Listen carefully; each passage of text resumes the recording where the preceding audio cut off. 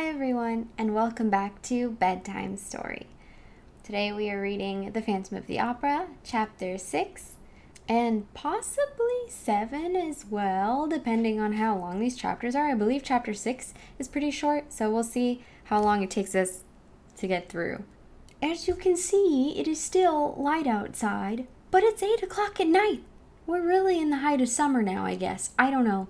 Anyway, bear with me, because I can't keep staying up super late, for it to get dark. It may be light outside, but it is still bedtime. So get your PJs on, get cozy, and let me read you a bedtime story. Chapter 6. A visit to Box 5. We left Monsieur Farmand Richard and Monsieur Armand Moncharmant at the moment when they were deciding to look into that little matter of Box 5.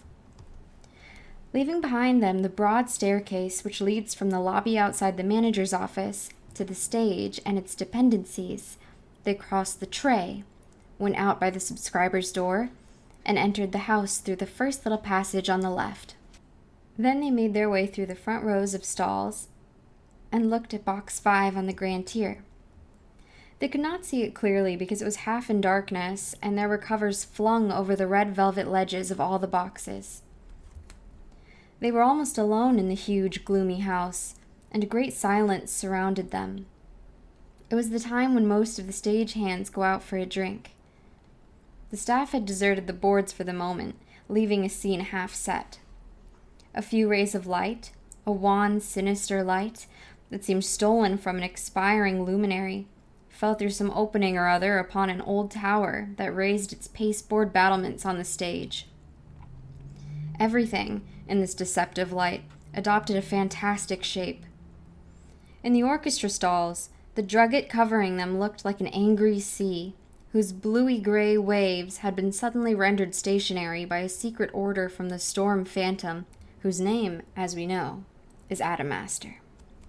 Messieurs Moncharmant and Richard were the shipwrecked mariners amid this motionless turmoil of a calico sea. They made for the left-hand boxes, plowing their way like sailors who leave their ship and try to struggle to the shore. The 8 great polished columns loomed in the dusk like so many tall piles supporting the threatening, crumbling, big-bellied cliffs whose layers were represented by the circular, parallel, waving lines of the balconies of the grand first and second tiers of boxes.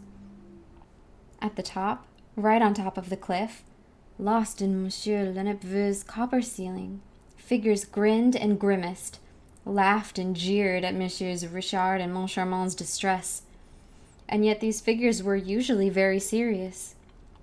Their names were Isis, Amphitrite, Hebe, Pandora, Psyche, Thetis, Pomona, Daphne, Clyde, Galatea, and Arethusa. Yes, Arethusa herself and Pandora, whom we all know by her box, looked down upon the 2 new managers of the opera, who ended by clutching at some piece of wreckage, and from there stared silently at Box 5 on the grand tier. I had said that they were distressed. At least, I presume so. Monsieur Moncharmant, in any case, admits that he was impressed. To quote his own words in his memoirs, "This moonshine about the opera ghost, in which, since we first took over the duties of Messieurs Poligny and Debienne, we had been so nicely steeped, Moncharmant's style is not always above reproach, had no doubt ended by blinding my imaginative and also my visual faculties. It may be that the exceptional surroundings in which we found ourselves, in the midst of an incredible silence, impressed us to an unusual extent.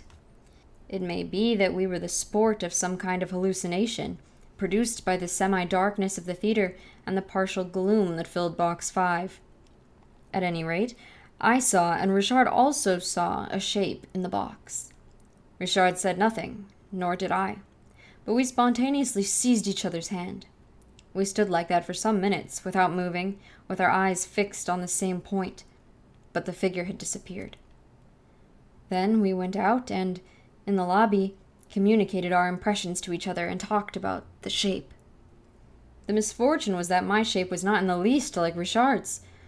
I had seen a thing like a death's head resting on the ledge of the box, whereas Richard saw the shape of an old woman who looked like Mother Giry. We soon discovered that we had really been the victims of an illusion, whereupon, without further delay and laughing like madmen, we ran to box 5 on the grand tier, went inside, and found no shape of any kind. Box 5 is just like all the grand tier boxes. There is nothing to distinguish it from any of the others. Monsieur Moncharmant and Monsieur Richard, ostensibly highly amused, and laughing at each other, moved the furniture of the box, lifted the covers and the chairs, and particularly examined the armchair in which the man's voice used to sit. But they saw that it was a respectable armchair, with no magic about it.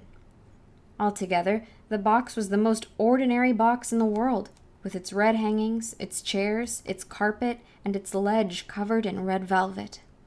After feeling the carpet in the most serious manner possible, and discovering nothing here or anywhere else, they went down to the corresponding box on the pit tier below. In box 5, on the pit tier, which is just inside the first entrance from the stalls on the left, they found nothing worth mentioning either. "Those people are all making fools of us," Firmin Richard ended by exclaiming. "It'll be Faust on Saturday. Let us both watch the performance from box 5 on the grand tier." That's the end of chapter 6. Thank you so much for watching. Have a good night, and I'll see you next time. Bye.